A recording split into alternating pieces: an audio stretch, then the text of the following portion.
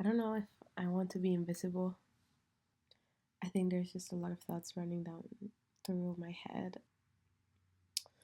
Yeah, I think it's just hard to find my thoughts reliable in any way because I kind of piece together all these conclusions, let's say, or at least premises that lead to conclusions. And then I'm like, okay, the reason why I don't get more work is because I'm kind of invisible in the workplace. And that might be because I have an accent and I'm also like the only other non-white worker in a very like white rural area. And so that definitely determines a lot of the interactions that I'll get and the extent of my conversations as well. I feel like I start talking to someone and then there's a lot of assumptions in place, like, oh well, you speak kind of slow and you speak kind of weird, so you're probably not very smart, or it's just kind of hard to um, find me reliable in any way because it's like, how can we even communicate? And I ask a lot of questions, but it's because things are unclear. I guess it's bad that I clarify things, or it's good, and I just never know how people feel about my presence. And it's very eerie in a way because I think they don't know how they feel about my presence either. Like I'm just around and I appear and disappear. Yeah, I mean, studying critical race theory doesn't help make this any better. If anything, it just kind of exacerbates the feeling of, being hypervisible, being invisible by being like not being white. It's tough. It's tough. And so I wonder, do I want to be invisible? Because then there's some perks to it. Like my other coworkers, they will get called all the time and people will always want to give them extra work, and they'll in that comes cooler work opportunities as well.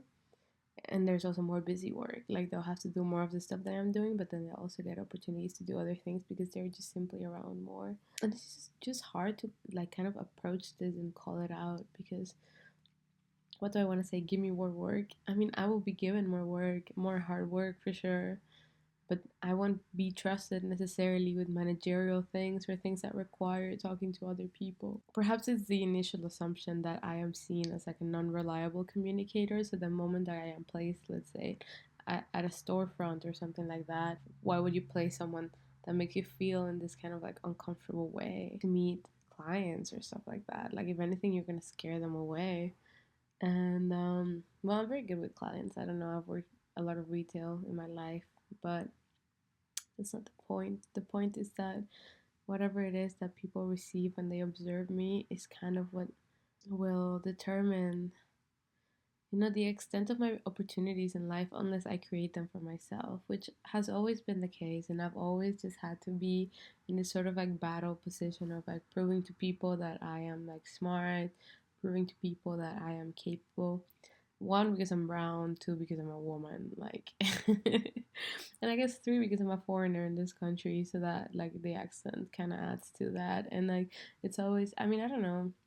I've caught myself in these very assumptions as well. When I hear someone having a weird accent, I'll have immediately these assumptions about the extent of our communication, but that's obviously not true. Like you really don't know, and usually people can understand a lot better. Listening is much better than the speaking, and so you can't really assume how much someone is understanding you until you test it out, I guess, until you have a conversation and you see like, oh, actually we can talk just fine like we would with anyone else.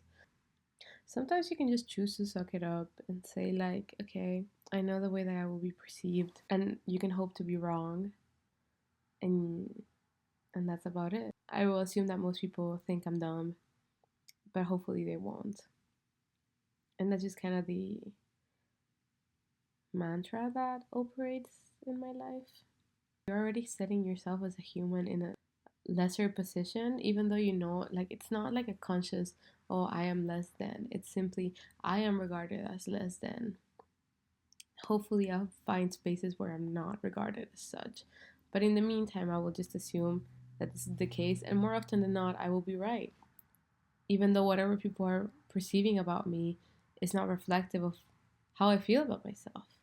I mean, and I always find like a safe place within me, and I've noticed myself doing this. Like whenever I see that, another, let's say another coworker who's white, and like, and the funny thing is that like there's people around who just really don't want to be doing anything and like actively complain when, obviously, whenever like management is not around, but then they'll get picked first to do other tasks. It's just interesting because it's like, well, these people don't really want to be doing this, but it doesn't matter their disposition, because the assumption that you see when you see them, the fact that they're white and they're probably like, from the same region and have kind of a similar culture, just makes them feel more familiar. And it's like, okay, yeah, that makes you reliable. But in reality, the reliability comes from how much they are like you. Because I guess we trust ourselves more than anything at the end of the day. Like if I could be there to like run my business, obviously like I will I will want to be there at every step of the way, and wherever I can't be, I want to have reliable people. And who are those reliable people? Well, people who would run the business like me. So me, but like whatever watered down version I can find out in the wild. When you don't look like anyone and when you don't sound like anyone, then you will just not be associated with these qualities, like managerial qualities, and responsibilities, and capacities, I guess.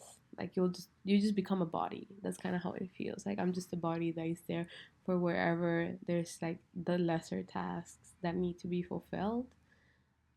That's where I will find my purpose.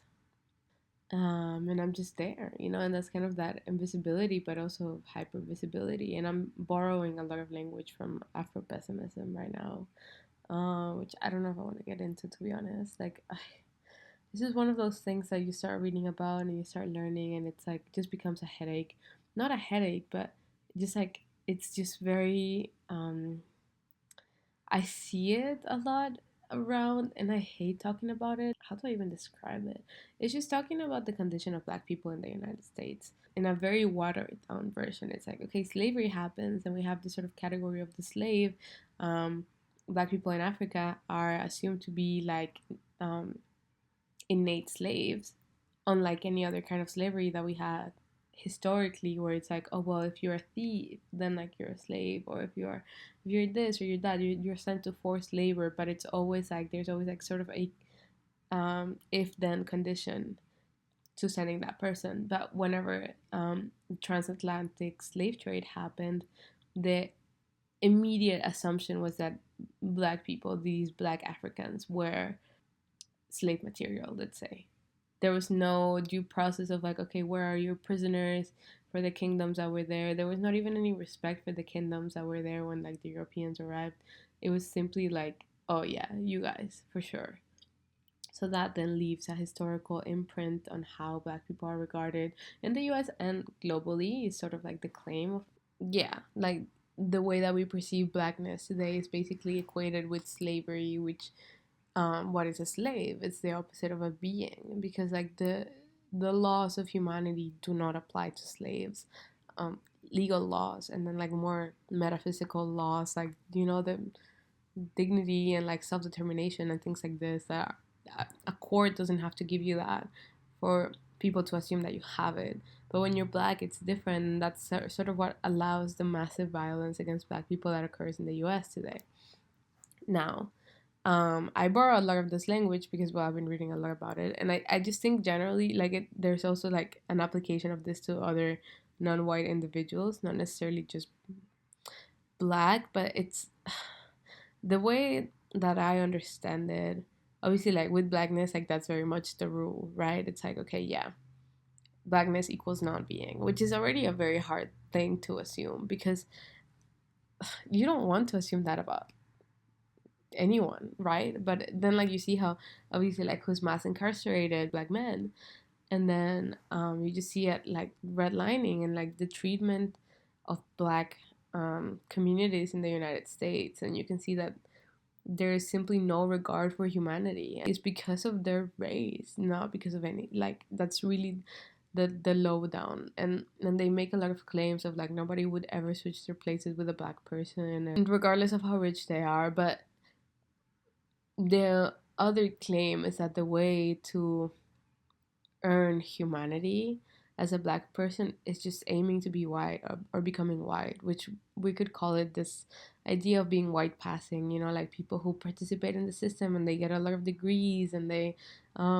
dress white and then they lose like their slang or accent or whatever, which is just the way that people speak. But like, they just start speaking more white. They're in more white circles. They like, but the point is that this one person I'm thinking about in particular, Frank Wilderson, and I'll leave some links in the description probably. He said in an interview like all desire is white desire, and I think since I read that, my brain chemistry changed a little bit, but it's just kind of summing up this all these ideas into one sentence. The point is that whenever I have all these thoughts rushing to my head and I'm thinking about all these things, like I catch myself going to this safe space within me, and it's like, okay, I see that someone is trying to quickly back away from a conversation or just trying to avoid talking to me, or really, just feeling awkward around my presence because I'm just not white. And this is just like a really white environment, I guess.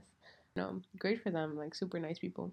But obviously, like, my presence makes them uncomfortable, even if they would not admit that to my face. And they have to warm up to me. It's not like I don't feel like every time I'm like, oh, things are weird, but it's definitely at the beginning, and like it takes them longer than when all my coworkers who are white, and who would they invite right away, and they would like have like banter and conversation with. But with me, it would just take a second. And I really think the accent plays a big part in it, because it's like they can see me and be nice, but then they start talking, it's like, oh, there's something like odd about you, and it's like, where are you from? And it's like, oh, okay, what things, kind of like the question wants to come out, it's like, what do you know about anything? And that's where I go, like, and this is all the machinations that are happening in my mind as these like kind of weird interactions are happening. And I find myself going to this safe space, like when I'm not given a certain task, or when I'm kind of ignored, or like when I just feel like my work is not appreciated. I remind myself, I'm like, well, you speak three languages, and like you have this degree, and you're gonna do a PhD, and like it's like you've been to like 20 something countries. And I'm just like just running through this list of achievements down my mind, and it never feels any better, because it's like I speak all these colonized languages, and I have this degree that only proves that I can excel at their system, but it doesn't really say anything about my intelligence. But I know that I'm thinking in white terms, I'm thinking in like white Western terms, because that's how they measure things. They're like, oh, you have a degree and you have accomplishments and you're gonna do this and you have all these diplomas, and like, wow, that must say that you're somebody. But then it's like, I think what annoys me the most is that no matter how much I run through this list, I know that my coworkers, they don't even have these things. A lot of them have never like been to college, which I don't care about. Like, it's fine. But I know that I'm thinking in their terms, and I know that they will always get more respect and be considered more reliable than me, even though I've like gone down the list of all their achievements, like achievements made through their own systems. I know I came to another country and I'm studying in this other country, so the value system is different. Like, I'm not trying to impose a Latin American value system on the US. It doesn't matter how much I do. I'll always be me. And that will always be very undesirable in this space. And that will always mean that I'm not like reliable enough to be given like extra work, or harder tasks, or simply other things. Or just being surrounded with other people. Like, nobody will ever be super eager to introduce me to one of their families or to the neighbors. I'm just gonna be in the background working because I'm just a body. I'm a brown body with an accent. And I'm a woman. Like, ew. You know what I mean? I'm also the youngest. That doesn't help, but I have more experience than other people here. But again, that doesn't really matter. Like, as long as I am myself, I really have no history in the eyes of many of the people who are around me. And that's why it's like it's just such a weird place to be, because it's like I know what I am, and I know that that will in many cases never be seen. It's like just this weird. I think that's another extent of the hypervisible and invisible that like they talk a lot about, not just in Afro-pessimism but just in critical race theory generally. But it gave me a lot of language to understand like this limbo of understanding that all your aspirations will always kind of be determined by colonizer standards, pretty much. But yeah, I'm just a body. I'm just a body. Brown body with an accent.